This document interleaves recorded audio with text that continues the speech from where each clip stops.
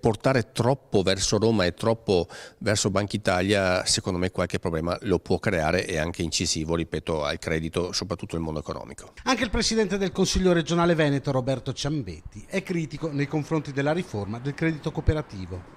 Una riforma che rischia di impoverire i territori lasciandoli orfani di uno storico interlocutore. Se da un lato sembra necessario un cambiamento, il rischio però è quello di snaturare la natura stessa del credito cooperativo. Quello che sto vedendo è, secondo me, una eccessiva centralizzazione, una mancanza di governance a livello territoriale e, come diceva lei, un allontanamento dalle imprese, dai cittadini. E quindi io ho mandato anche dei messaggi, ho portato le persone del sottosegretario Bitonci che sta seguendo la cosa e che mi auguro possa essere incanalata, ripeto, rispetto a una presenza storica e territoriale delle BCC che erano comunque un punto di riferimento per un tessuto economico come quello nostro.